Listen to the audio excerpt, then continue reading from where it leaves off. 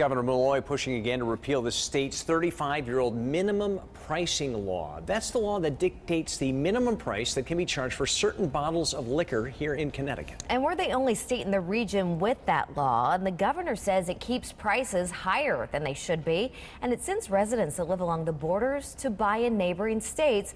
All the while, we lose millions in tax revenue. Chief Political Correspondent Mark Davis joins us live tonight with word that the Capitol was swamped with people today concerned about this. Right, Mark? That's absolutely right. Hi, Ann. Darren, good evening, everyone from the Hartford newsroom. The governor has had great success in his effort to get the liquor stores to open on Sundays. It actually was a pretty big deal here in Connecticut.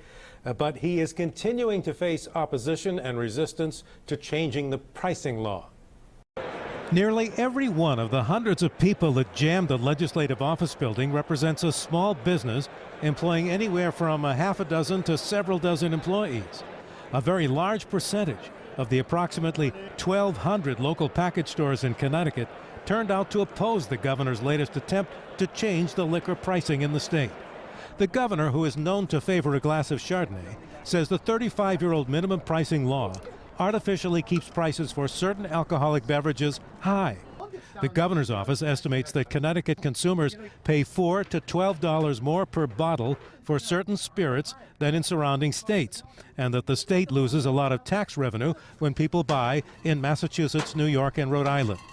These mostly small business operators say that big box liquor and wine superstores will take advantage of the change, sell below cost, and drive them out. It's going to wipe out the mom and pops. We've been mom and pops since Connecticut's been here. What do you accomplish? You drive out jobs, you drive out businesses, you drive out taxpayers. There are predatory stores that are coming into our state that want to take money out of our state and that want to sell below the cost that I pay. But the big superstores that have moved in already say the smaller stores will always have the convenience advantage of being in your neighborhood.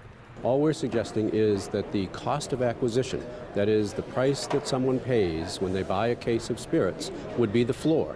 If you pay $12 a bottle, that could be your floor, as opposed to an arbitrary $15 a bottle shelf price. As I said, there are close to 1,200 of these package stores in the state of Connecticut. I think we have more per square mile than any other state. And as you saw, many of them came out today.